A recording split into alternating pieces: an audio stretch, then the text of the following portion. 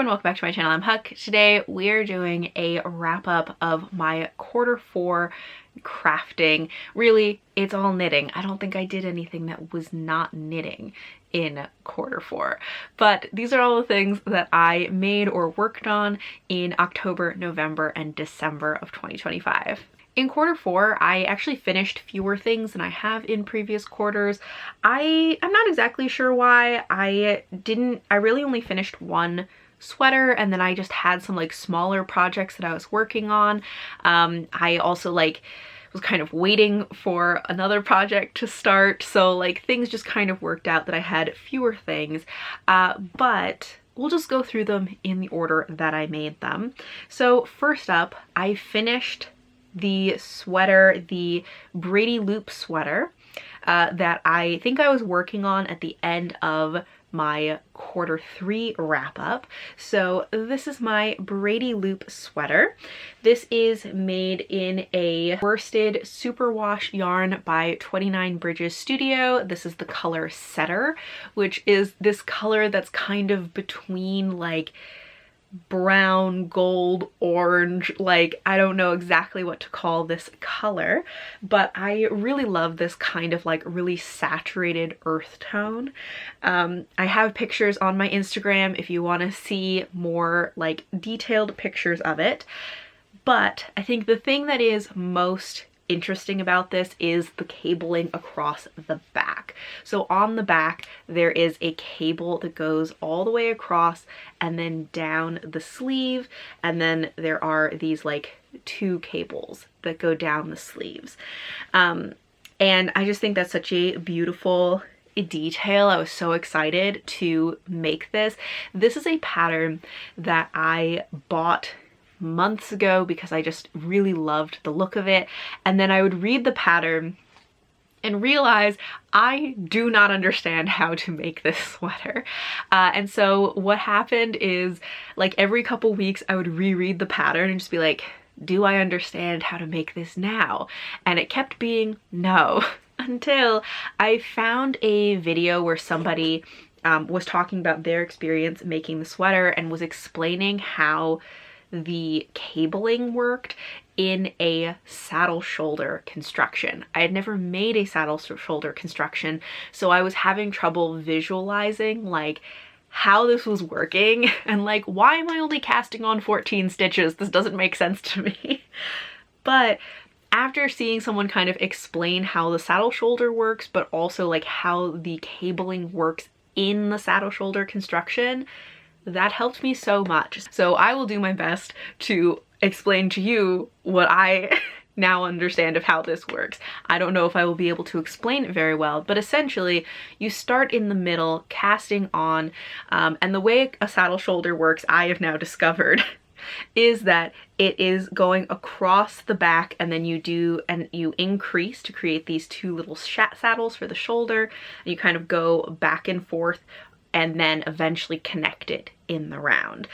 So you would start here, go across and increase to do kind of around the neckline and part of the shoulder, then put those on hold, pick up the provisional cast on in the center and do the other side, and then you get this kind of semicircle that you're sort of working back and forth until you get to a point where you join here at the collar, and it goes down the body and down the arms like a normal sweater. I did not understand how that all worked, and it took me a while to figure it out. But once I figured out how the saddle shoulder works and how the cabling worked in the saddle shoulder construction, then I was like, well, now I have to do this. I was not planning to do this at the time that I did because I had just finished the field sweater, which was also a cable sweater, and I really enjoyed making that one, but I also was like, I need a break from cables. And then I figured out how this works, and I was like, well, we're diving right into another cable sweater. I think I did mess up something on the counting for the cables, because you can see, I don't know how well you can see, but on the back here, right in the center, this is where I picked up the provisional cast on, and the twist is just like shorter and tighter right here than it is for the rest. So I think something got a little wonky there, but it also is it's on the back and it's also not so, like, I don't care. I think that that's fine. It does not bother me. I did run out of yarn while making this, so it ended up a little bit shorter than I was anticipating. It did stretch to a point where it's still like wearable. Where I ended with this, I was very concerned that I was like, I'm not sure this is going to be wearable. It's going to be very cropped. But because it is a superwash, and this is actually my first time making like a large garment like this with superwash, so I wasn't sure just how much it was going to stretch. I do make gauge swatches for almost everything that I knit. I don't often find them very helpful or very predictive of what is actually going to happen. And I do block them. So I don't know what is going on with me in gauge swatches. I don't usually find them particularly helpful, but I make them anyway because I do like to at least get a sense of like, what is the fabric going to look and feel like. Anyways, I wasn't sure how much it was going to stretch. It stretched quite a lot, like a good few inches, probably about that much. And so it's still a little shorter than I wanted, but it is a good length that I am happy with. But also I did get a little bit of color pooling. You can see right here, I probably should have alternated skeins to avoid that. Again, it's something that's like not so egregious. I'm not like, oh, I hate this, I can't wear it. Like, I would prefer if it wasn't there, but it's not a big deal to me, so I'm not too worried about it. This pattern I found very difficult to follow, even though the design and the cabling itself is pretty simple. Like, it's mostly just a very wide rib, and then there is this kind of very basic cable design. But I found the pattern to be kind of confusing to follow. The way it's written, there are sections where they it kind of gives you like an overview of what's about to happen in the next section, but it doesn't distinguish that like this is the overview versus like the actual instructions. And so sometimes it was hard to tell, like, okay, at what point am I actually starting to follow these instructions? And there were parts of the instructions that I just found confusing. I don't know. I really like the way that the sweater turned out. I do think it's a beautiful design, and I would love to have more of these, but this is probably my most frustrating knitting experience that I have had so far, because I found the pattern kind of difficult to understand exactly what it was telling me to do. However, I will also say that there are parts of the pattern, like this pattern has some very nice details to it that I really like, and it has things that I will probably be carrying forward with me to like other designs. I might just put in some of these little details that add a little bit of a finishing touch to it. So there are a lot of things that I really like about this. Like, this is not something necessarily that I'm going to take with me, but I do really enjoy this detail, is the way that the in pattern decreases look on the sleeve. So you can see here that there is this rib that decreases to a point on either side of the cabling, and I just think that that is so pretty. I love this like in pattern decrease. Something that I would take with me into another pattern is on the collar, before starting the ribbing, there is a row of garter stitch that goes around, and then the ribbing starts. And I don't know if it's something that anyone would really notice, but it just creates this little row of garter stitch that I think, I don't know, there's something about it that just makes it look a little more polished, where the ribbing isn't just coming directly out of the main pattern. There's just like this little round of garter stitch that I really like. The other little detail that I really like is on the cuffs and on the hem.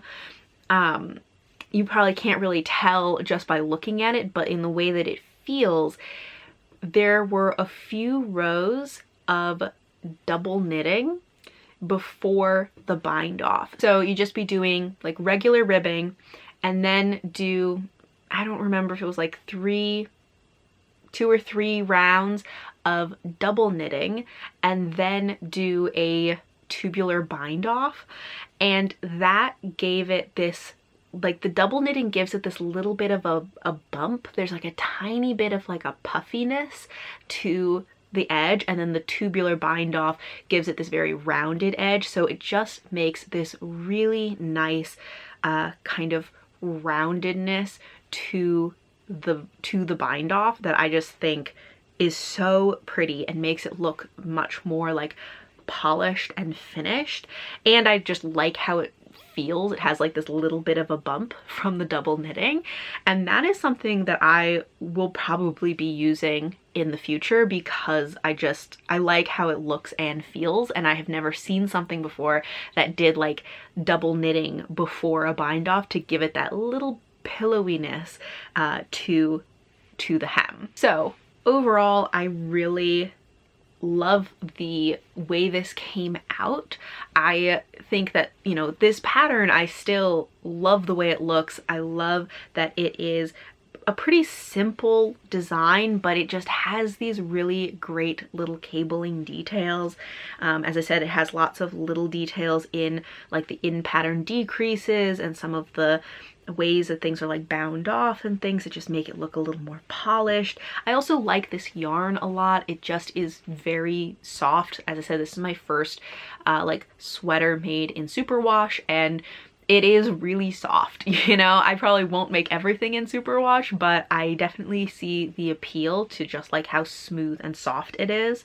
I would consider making this design again just because like it is so pretty, but it will be a while because it was frustrating. However, maybe it would be less frustrating the second time around because I've kind of already worked out all the kinks. So hopefully if I ever do make this again, that would be the case. So that is my one like full sweater that I completed in Q4. I did, however, work on some smaller projects, one of which was a dog sweater. You may not even really be able to tell what this looks like. So this is made out of Cascade 220 Superwash. I think the color was Shire. So it is this dark, like heathered green. This is some yarn that I had left over because there was a sweater for myself that I was planning to make over the summer. I bought all the yarn, I started working on it, and then I was like, never mind, I do not want to do this. And so I was able to return some of the yarn because I had not started using it yet, but some of the balls of yarn I had already used. So I was not able to return those, so they were just kind of hanging out in my stash.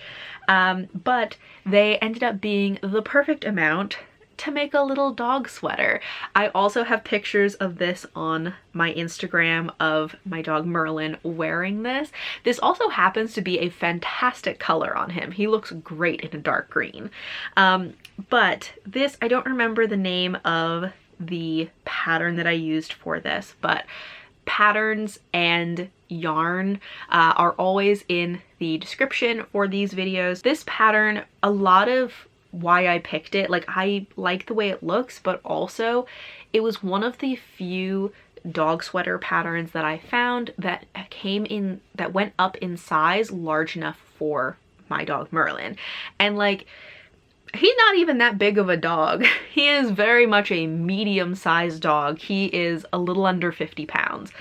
But most dog sweaters are made for small dogs, and this is a problem in, like, you know, pre-made sweaters also. Like if you go to a store and buy a dog sweater, so there are tons of options for tiny dogs and very few options for large dogs, especially like a lab-sized dog. Very few options for that size. But even for a medium-sized dog like Merlin, not that many options, which is wild to me because I'm just like, do they think that medium to large dogs never need sweaters, that they don't get cold. Like, I just don't understand. Why are they not being inclusive in the sizing for dogs?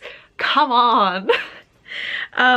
So that, you know, I had a hard time finding a sweater that I both liked the way it looked and that it came in a size large enough for Merlin.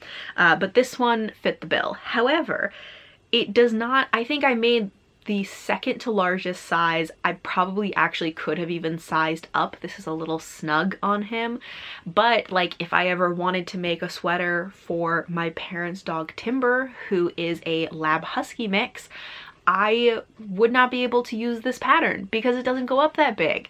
Like, this is a pet peeve that has bothered me for years, and why over the years I have made multiple sweaters for dogs, because we tend to have, my family tends to have like larger dogs, and it's so hard to find sweaters for them. So I've sewn sweaters, I've crocheted sweaters, now I've knit a dog sweater. So every medium that I learn, I make a sweater for a dog apparently. I did make a lot of adjustments to this pattern because another pet peeve in dog sweaters that I have, who knew that I had so many opinions about dog sweaters, but another problem that I have is that even when they say like that this sweater is the right size for this dog, so many sweaters, I feel like, are designed as if they are purely decorative. They are not designed as if they are truly intended to keep a dog warm, because they don't cover enough of their body.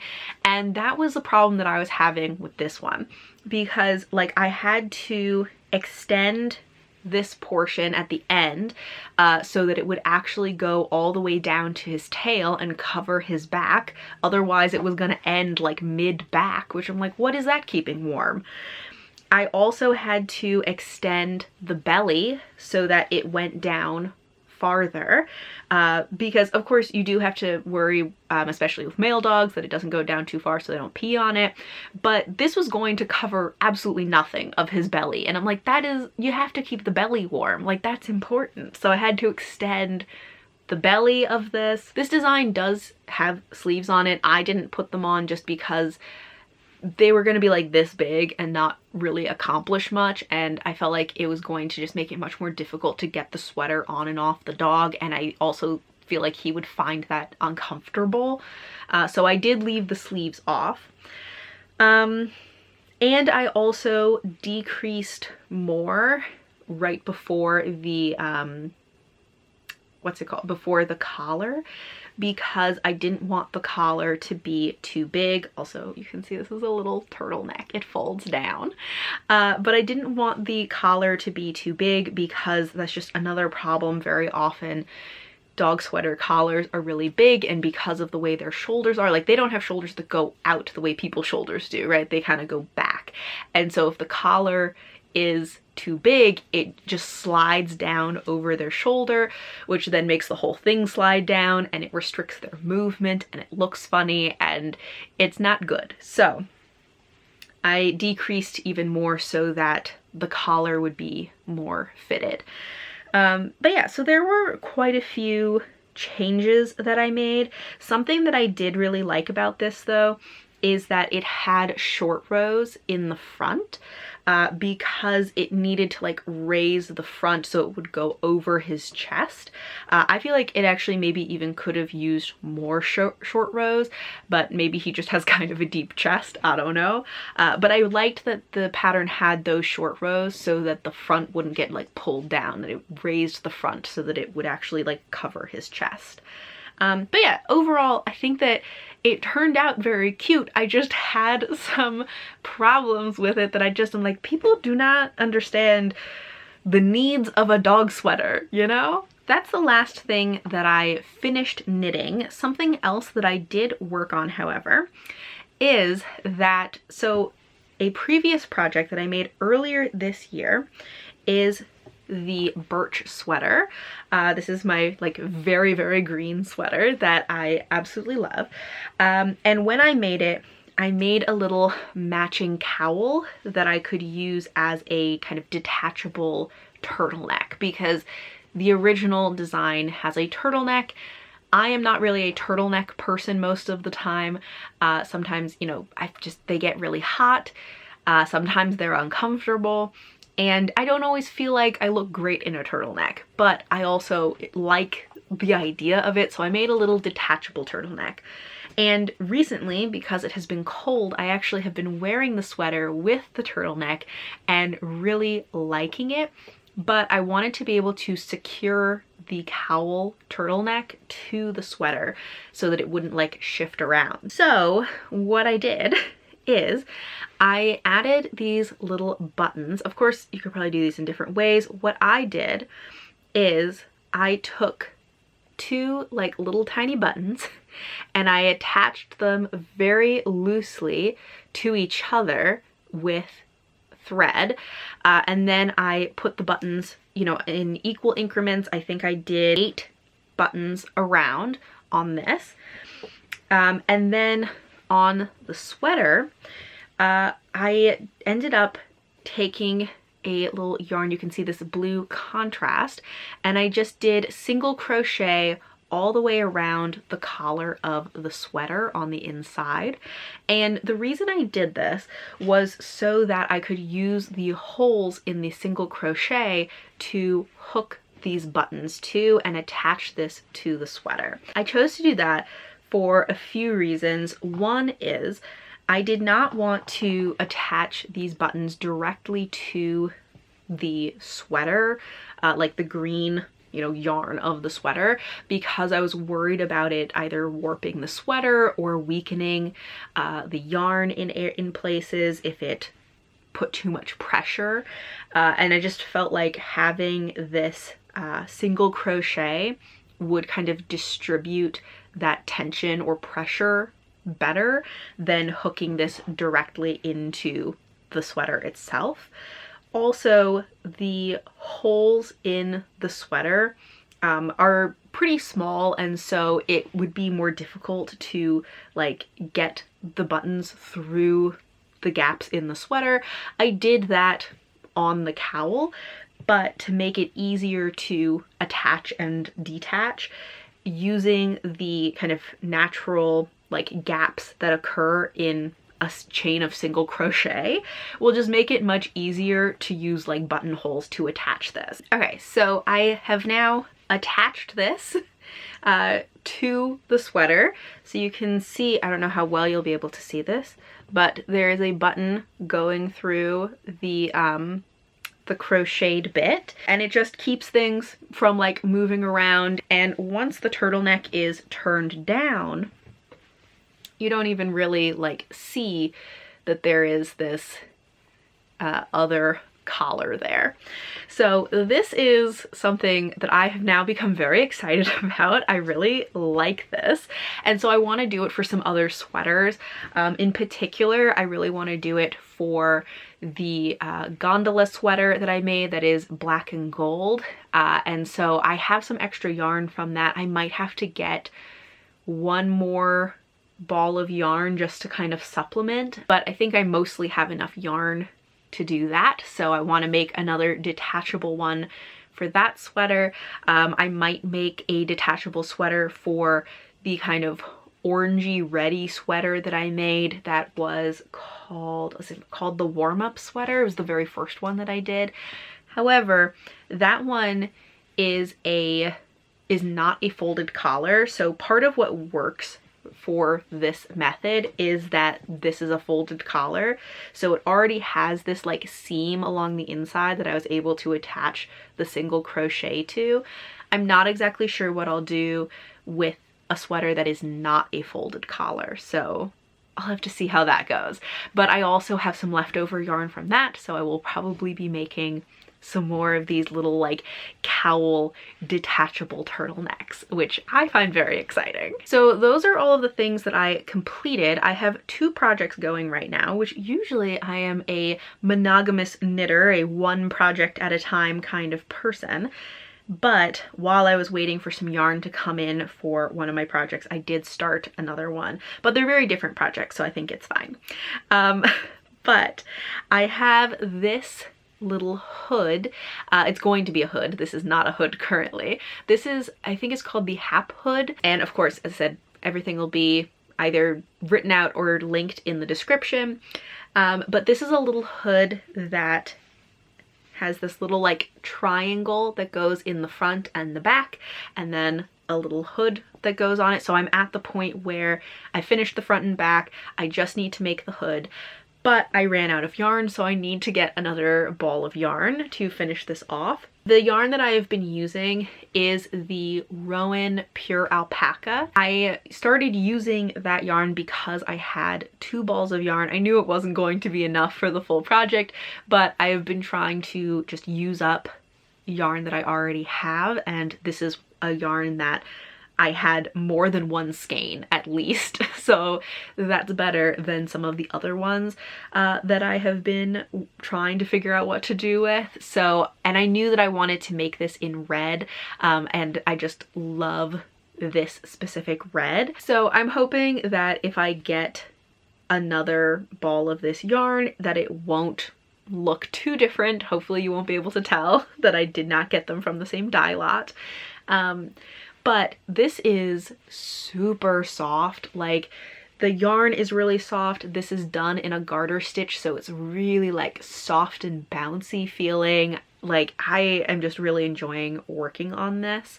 And this has some nice little details to it also, like along the edge. You can see it has, I don't know how well you can see it, it has these little like loops that give it a little bit of like a scalloped edge, which is really nice. I am using a DK weight yarn. The pattern calls for a fingering weight yarn, so we'll see how that goes. From my little gauge swatch that I did, I think that it will be fine. I think that I am meeting gauge. It looks like it is going to be about the right size.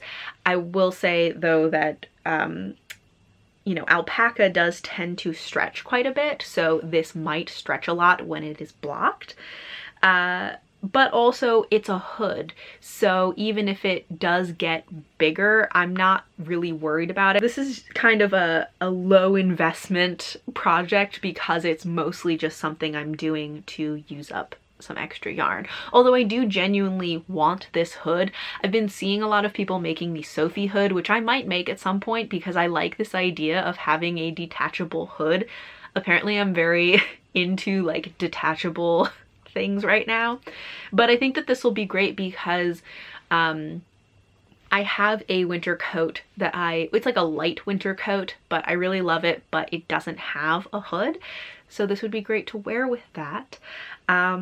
Yeah, and I just have been really enjoying this. I also learned a new way of doing short rows for this, which is the wrap and turn short rows, which I am now thinking I might try applying that to other things because I liked that much better than German short rows. And actually the other project that I'm working on is a sweater, and I believe that one also includes wrap and turn short rows. So I'm like, this is perfect. I just learned how to do that on this, and now unintentionally I am going to immediately use that skill again on a sweater and find out how I like it, because so far I think I like it better than a German short row. Speaking of which, my other project that I'm currently working on is another sweater. However, this one is actually a gift. So this is a sweater that I am making for my mom. This is her Hanukkah gift, which she is aware of. We already celebrated Hanukkah. This is the sweater I am currently working on. It's on the needles right now, so it's a little scrunched up. The way my family does gifting is very straightforward, very just like, what do you want? I will get that for you. So when I was thinking of getting this or making this for her, I just asked her if she wanted it, which I was pretty sure she was gonna say yes because my mom has not so subtly been hinting that she wants me to make her a sweater, but she didn't directly ask for it because she knows what a commitment it is. I have been talking her ear off about knitting this last year as I have been learning how to knit. So she knows that it's a big commitment, so she's just like sort of hinting if I wanted to make her a sweater. So I decided to ask her if she wanted me to make it, which of course she was very excited about. What we ended up doing is that, also because yarn can be very expensive, my siblings bought the yarn and materials, and I am putting in the labor to make the sweater. So it's going to be a gift from all of her kids, which also makes it very sentimental, you know, that it is kind of all of something from all the kids together, which I think is nice. And she got to really tailor it to something that she likes. She wanted something that had a wide like boat neck, not a crew neck, and this design does have a very wide neck. She got to pick out the design, and she loves like celestial designs, and so this looks like shooting stars, and also got to pick the colors. So that was fun to get to like pick out the design and the pattern and the colors and all of that. These are both Superwash yarns, which we picked both because my mom can be very sensitive to anything that is itchy or scratchy on her skin, and also because maintenance would be easier for her. So we picked Superwash for both of those reasons. That does make me a little like unsure about how this is going to block, just because Superwash stretches so much. So I am thinking that I might do a mid-project block, which I have never done before. I usually just wait to the end. But once I finish the color work section, I might block this section just to see, like, you know, how much is it stretching and where, you know, are the armpits gonna end up being, because that is always the problem I find, is like the depth of the yoke, and are the armpits gonna be in like a normal place. And also how my tension is doing, because this is actually only my second color work. And so I'm still a little unsure about tensioning. I mean, my tension worked out fine in the first one. I think it's going okay in this one, but I'm still a little nervous about it. I'll show you my my floats in the back, which are looking pretty even, I think. But yeah, so I think it's going okay. I did have to restart this a couple times because at the beginning I just kept messing things up. I don't know what was wrong with me, but I just kept like not doing things right at the beginning, and I had to restart multiple times. But I think it's in a good place.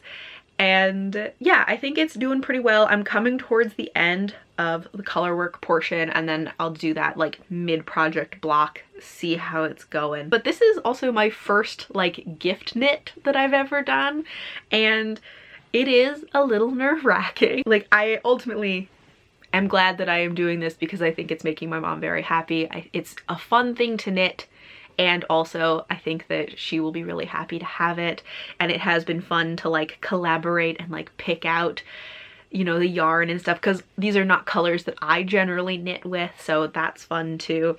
But it is also a little bit stressful. So those are the things that I am currently working on, and I will probably be finishing both of these early in January. I am thinking that I will be doing some kind of year-end wrap-up of all of my knitting from my first year of knitting, but that is TBD. But for now, please let me know, how has your Q4, your October, November, December crafting going? What have you been working on? I would love to know. Thank you all for watching, and until next time, bye!